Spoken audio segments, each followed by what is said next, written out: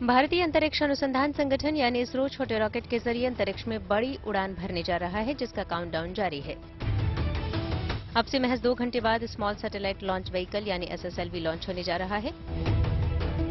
SSLV D2 Andhra Pradesh के श्रीहरिकोटा के सतीश धवन अंतरिक्ष केंद्र के पहले लॉन्च पैड से सुबह 9:18 पर आसमान में उड़ान भरेगा और अपनी 15 मिनट की उड़ान के दौरान 3 उपग्रहों को 450 किलोमीटर के सर्कुलर ऑर्बिट में स्थापित करने की कोशिश करेगा।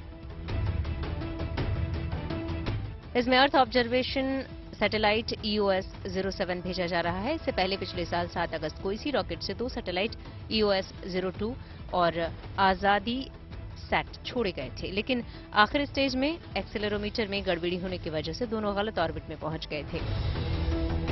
एसएसएलवी की लॉन्चिंग को लेकर गुरुवार को इसरो के अधिकारी तिरुपति बालाजी मंदिर पहुंचे थे, जहां उन्होंने पूजा अर्चना कर एसएसएलवी के सफल लॉन्च की कामना की। लखनऊ में आज यूपी ग्लोबल इन्वेस्टर्स समिट 2023 का आगाज होने जा रहा है। इसके लिए भव्य स्तर पर तैयारी की गई है। 3 दिनों तक चलने वाले इस समिट का प्रधानमंत्री नरेंद्र मोदी शुभारंभ करेंगे। 3 दिनों में 34 सत्र होंगे। पहले दिन यानी आज 10, दूसरे दिन 13 और आखिरी दिन रविवार को 11 सत्र आयोजित होंगे। रविवार को राष्ट्रपति द्रौपदी मुर्मू इस ग्लोबल इन्वेस्टर्स समिट का समापन करेंगी। इस ग्लोबल इन्वेस्टर्स समिट में देशी विदेशी निवेशक शामिल हो रहे हैं। इसमें लाखों करोड़ रुपए के MOU साइन होने की उम्मीद है।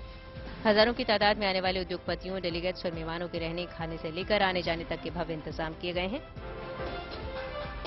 टेंट सिटी से लेकर होटलों में भी मेहमानों को ठहराने की व्यवस्था की गई है, जबकि उनकी आवाजाही को लेकर दूसरे राज्यों से भी 800 लग्जरी गाड़ियों सहित 1750 गाड़ियों का काफिला मंगाया गया है। इसके अलावा सुरक्षा के पुख्ता इंतजाम किए गए हैं।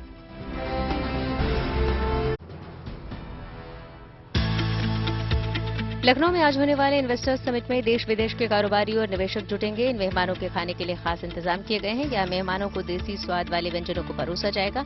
यहाँ आने वाली डेलीगेट्स के लिए अवधि जायके की विशेष व्यवस्था की गई है। बेसिकली हमारा जो हमने बेस जो रखा है, हमने अवधि फूड ज्यादा रखा है, इंडियन फूड ज्यादा रखा है, क्योंकि हमारा यूपी के अंदर ये हो रहा है कॉन्सेप्ट, क्योंकि डेलीगेशन सारे आउट ऑफ इंडिया से आ रहे हैं पूरे के पूरे।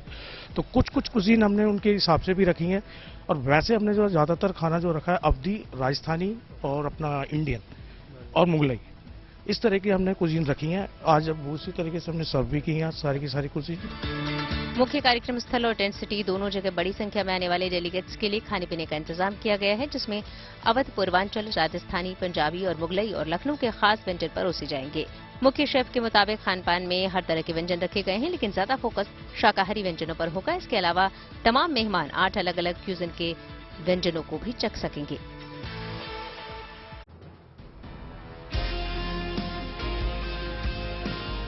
भारत और ऑस्ट्रेलिया के बीच नागपुर में खेले जा रहे पहले टेस्ट में भारत ने अपनी स्थिति मजबूत कर ली है। पहले दिन का खेल खत्म होने तक भारत ने 1 विकेट के नुकसान पर 77 रन बना लिए हैं। कप्तान रोहित शर्मा शानदार 56 रनों पर नाबाद हैं।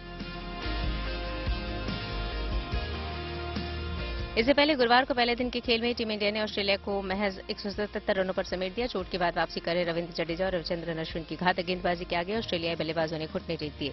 जडेजा ने शानदार गेंदबाजी करते हुए 22 ओवरों में 47 रन देकर 5 विकेट लिए, जबकि अश्विन ने 42 रन खर्च करके 3 विकेट लिए। ऑस्ट्रेलिया की तरफ से मार्नस लाबुशेन ने 49 और स्टीवन स्मिथ ने 37 रन बनाए।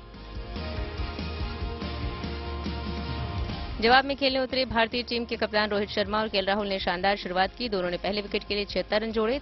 दिन का खेल खत्म होने के कुछ ही मिनट पहले राहुल 20 रन बनाकर आउट हो गए। आज टेस्ट के दूसरे दिन भारत अपनी स्थिति और मजबूत करने के लिए उतरेगा।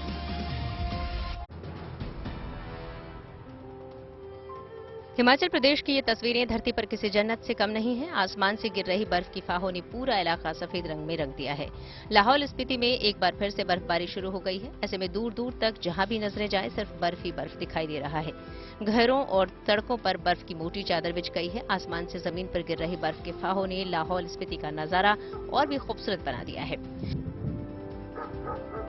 ये जो बर्फबारी हो रही है, सुबह से काफ़ी ख़राब मौसम था और दोपहर बाद से जो बर्फबारी हो रही है, ये बर्फबारी जो है यहाँ के लिए काफ़ी फ़ायदेमंद है, क्योंकि इस बर्फबारी से ग्लेशियर रिचार्ज होंगे और गर्मियों के लिए पानी की कमी नहीं रहेगी। उधर मनाली में भी मौसम का हाल कुछ ऐसा ही है। मौसम विभाग ने अगले 2 दिन के लिए लाहौल स्पीति और मनाली में बर्फबारी का अनुमान जताया है। इसके साथ ही ऊंचाई वाले इलाकों में हिमस्खलन को भी लेकर अलर्ट जारी किया है।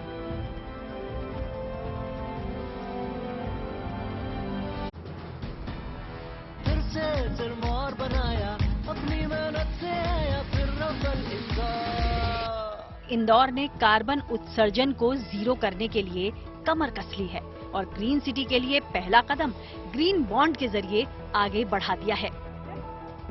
इंदौर को ग्रीन सिटी बनाने के लिए जरूरी है कार्बन उत्सर्जन को कम करना, यानी बिजली बनाने के लिए सोलर पैनल का विकल्प अपनाना। इसके लिए इंदौर नगर निगम ग्रीन बॉन्ड लेकर आ रहा है। देश में ग्रीन बॉन्ड लाने वाला ये पहला नगर निगम है और इस बॉन्ड के जरिए जलूद जल संयंत्र पर सौर ऊर्जा संयंत्र लगाने की परियोजना है। ये करीबन 250 करोड़ रुपए का प्रोजेक्ट है, जिसको लेके नगर निगम जो है जनता के बीच जाएगा। अपना जो पैसा जो जनता लगाएगी उसका इंटरेस्ट रेट भी 8.25% के आसपास मिलेगा। आम जनता के लिए ग्रीन बॉन्ड को 10 फरवरी को जारी किया जाएगा और 14 फरवरी को बंद होगा। उत्तर प्रदेश के पुलिस मुख्यालय